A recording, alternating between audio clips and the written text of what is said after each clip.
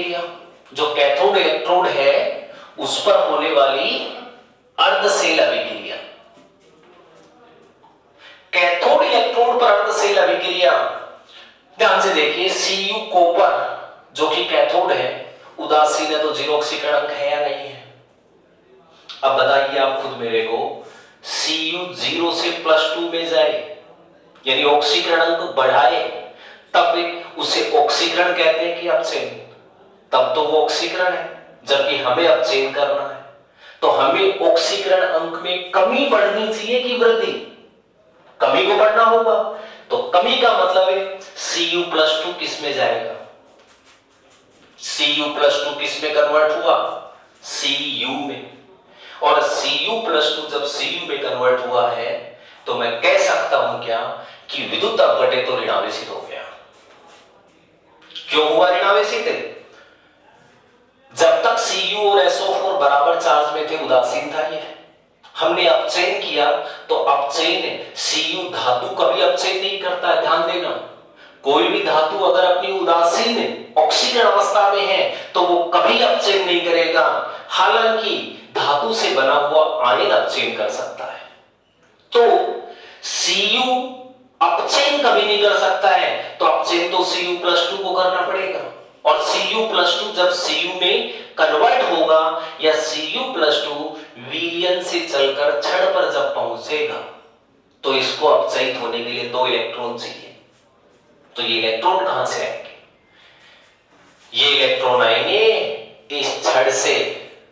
पड़े हैं इस छड़ पर ज्यादा इलेक्ट्रॉन और इसीलिए ये तार लगा रखा हमने, चालक तार। तो इस छड़ से होते हुए इलेक्ट्रॉन, यानी जिंक से होते हुए इलेक्ट्रॉन कॉपर की छड़ तक पहुंचते हैं। इलेक्ट्रॉन उधर बह गए, जैसे इलेक्ट्रॉन यहां पहुंचे उन्हीं इलेक्ट्रॉनों को Cu+2 ने ग्रहण कर लिया। यानी कैथोड पर जो Cu+2 है विद्युत अपघट्य, वो वही इलेक्ट्रॉन ग्रहण करता है, वो वही इलेक्ट्रॉन ग्रहण करता है जो इलेक्ट्रॉन किसने त्यागे हैं? जिंक ने त्यागे हैं, जिससे बनेगा यहां Cu सॉलिड। इन दोनों अभिक्रियाओं में प्रत्येक जो अभिक्रिया वो अर्धसेल अभिक्रिया है। अब यदि मैं इन दोनों अभिक्रियाओं को यहां पर टोटल लगा लूं तो टोटल क्या ऑक्सीकरण और अपचयन मिलकर के रेडॉक्स हुआ या नहीं हुआ? जो कि मैंने शुरू में बताया था, विद्युत रसायन का आधार कौन सी अभिक्रिया है? कौन सी है? रेडॉक्स अभिक्रिया। तो यहां लिख रहा हूं मैं ओवरऑल रिएक्शन, संपूर्ण अभिक्रिया, जो कि क्या है? रेडॉक्स। दोनों समीकरणों के बाईं तरफ के पक्ष को बाईं तरफ और दाएं वाले को दाईं तरफ जोड़ रहा हूं।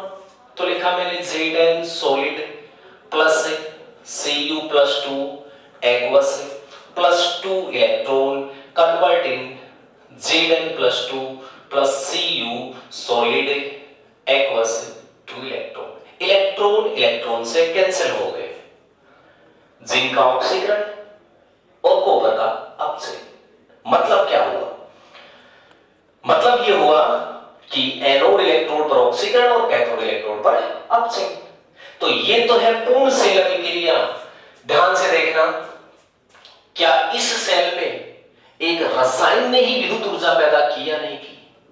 रसायन जिंक और कॉपर में, उन दोनों ने, एक ने इलेक्ट्रॉन त्यागे, दूसरे ने इलेक्ट्रॉन ग्रहण किए, यानी इलेक्ट्रॉन का स्थानांतरण है। और सब जानते हैं इलेक्ट्रॉन के प्रवाह की दर को धारा कहते हैं। तो रसायन के कारण विद्युत धारा पैदा हुई या नहीं हुई? यही इस सेल की पूर्ण सेल अभिक्रिया बताई है मैंने। ध्यान देना एक बात पर, कॉपर या इस साइड वाले पात्र में जो कॉपर की छड़ जो कि कैथोड का काम कर रही है, यहां Cu+2 जब Cu में गया तो Cu+2 ने छड़ के ऊपर इलेक्ट्रॉनों की कमी करवा दी या अधिकता? Cu+2 ने इस छड़ पर इलेक्ट्रॉनों की कमी करवाई है कि अधिकता? इसने तो इस पर इलेक्ट्रॉनों की कमी करवा दी, क्योंकि इसने खुद ने ग्रहण कर लिए ना 2 इलेक्ट्रॉन, जैसे एक Cu+2 ने। तो इस वजह से कैथोड पर जब इलेक्ट्रॉन की कमी है तो कमी का मतलब है इलेक्ट्रॉन अगर कम हो गए तो कैथोड क्या इसमें पॉजिटिव चार्ज यानी धनाग्र होगा या नहीं होगा? बड़ी इंपॉर्टेंट चीज है ये। विद्युत रासायनिक सेल में एनोड ऋणाग्र होता है और कैथोड क्या होता है? धनाग्र। क्यों धनाग्र बोल रखा है? Cu+2 ने 2 इलेक्ट्रॉन ग्रहण किए हैं, मतलब Cu+2 ने इस छड़ पर इलेक्ट्रॉन की कमी करवा दी है और कमी होने के कारण ये पॉजिटिव चार्ज हो गया। किसी तत्व के पास में यदि इलेक्ट्रॉन की कमी हो जाए तो स्वतः ही उस पर धनावेश आ जाता है। सपोज करो सोडियम है, सोडियम के पास में 11 इलेक्ट्रॉन और 11 ही प्रोटॉन होते हैं। अब यदि सोडियम ने 1 इलेक्ट्रॉन त्यागा तो उसके पास में इलेक्ट्रॉन तो हो गए कितने? 10 और प्रोटॉन अब भी 11 ही है। और हम सब अच्छे से जानते हैं प्रोटॉन पर धनावेश होता है, इलेक्ट्रॉन पर ऋणावेश होता है। तो 1 इलेक्ट्रॉन अगर त्याग देता है सोडियम तो उसके पास में 11 प्रोटॉन और 10 इलेक्ट्रॉन बचते हैं और इनको अगर हम कैंसिल आउट करें तो प्लस का 1 बचता है और प्लस जो 1 है वही उस सोडियम के ऊपर चार्ज है। तो यदि कोई तत्व इलेक्ट्रॉन का त्याग करता है तो वो धनायन बनाता है और यदि कोई तत्व इलेक्ट्रॉन को ग्रहण करता है तो वो क्या बनाता है? ऋणायन। ओवरऑल अभिक्रिया हो गई। यहां से बस एक बात और इसमें समझना है, इलेक्ट्रॉन विद्युत रासायनिक सेल या इस डेनियल सेल में किधर से किधर भेजे? मैंने इलेक्ट्रॉन भेजे हैं मैंने एनोड से कैथोड की ओर। तो इसका देखो एनोड ने दिए हैं, कैथोड ने ग्रहण किए। तो मतलब धारा की दिशा किधर होगी?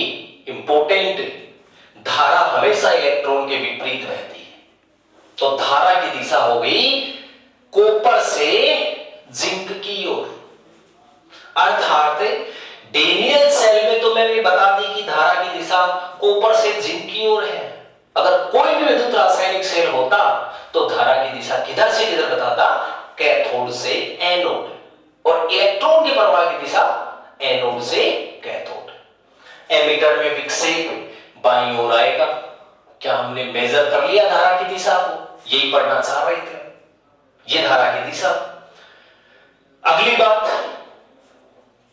बात देखना, आपने इसमें एनोड पर ऋणाग्र, कैथोड पर धनाग्र सब कुछ देख लिया है, लेकिन एक छोटी सी बात पर ध्यान देना। मैं जिंक को Zn+2 में जब ले रहा था पहले उदासीन का विलयन, जैसे ही Zn+2 विलयन में आया क्या विलयन धनावेशित हुआ था या नहीं हुआ था? यहां Cu+2 जब इस छड़ पर चला गया था तो विलयन ऋणावेशित है, क्योंकि SO4-2 बढ़ गए थे विलयन में, तो इधर का विलयन ऋणावेशित पड़ा है, इधर का क्या पड़ा है? धनावेशित। तो इनको कैसे बैलेंस करें? तो इनको बैलेंस करने के लिए ही यहां ये उल्टे यू आकार की नली लगा रखी है हमने, जिसको कहते हैं लवण सेतु। ये लवण सेतु क्या काम करेगा? जैसे मान लो ये पोटेशियम क्लोराइड लिया, इस पोटेशियम क्लोराइड का क्लोराइड आयन तो इधर आएगा। क्या करेगा ये क्लोराइड आयन?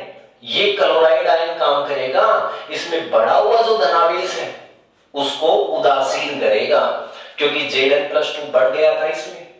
अगर मैं इधर से 2Cl इधर भेज दूं तो क्या Zn+2 2Cl- उदासीन होगा या नहीं होगा? दूसरा, इसी KCl में से K+ इधर ला रहा हूं, K+, क्या करेगा K+? ये बढ़ा हुआ जो ऋणावेश है, क्या 2K+ है, SO4-2 को उदासीन कर सकते हैं या नहीं कर सकते?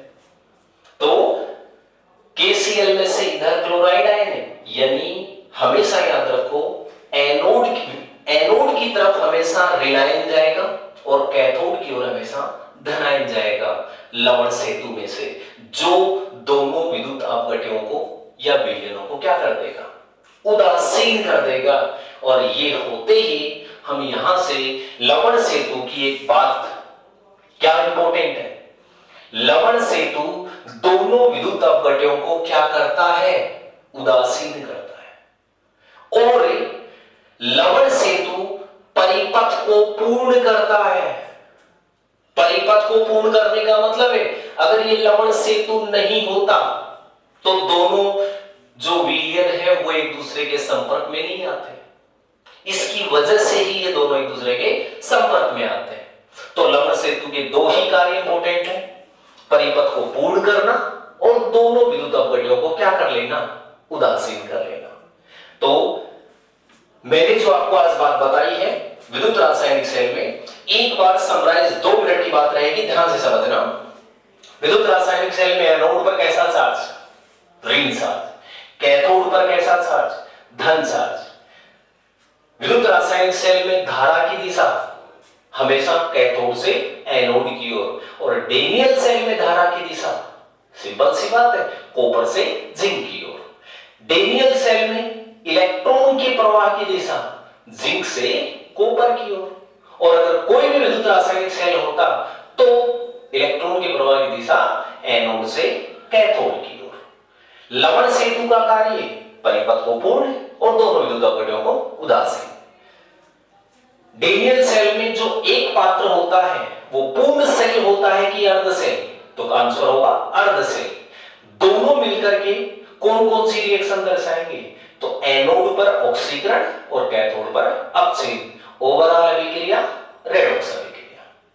तो ठीक है, आप इसको अच्छे से समझिए जो मैंने आपको ये टॉपिक बताए हैं। Okay student.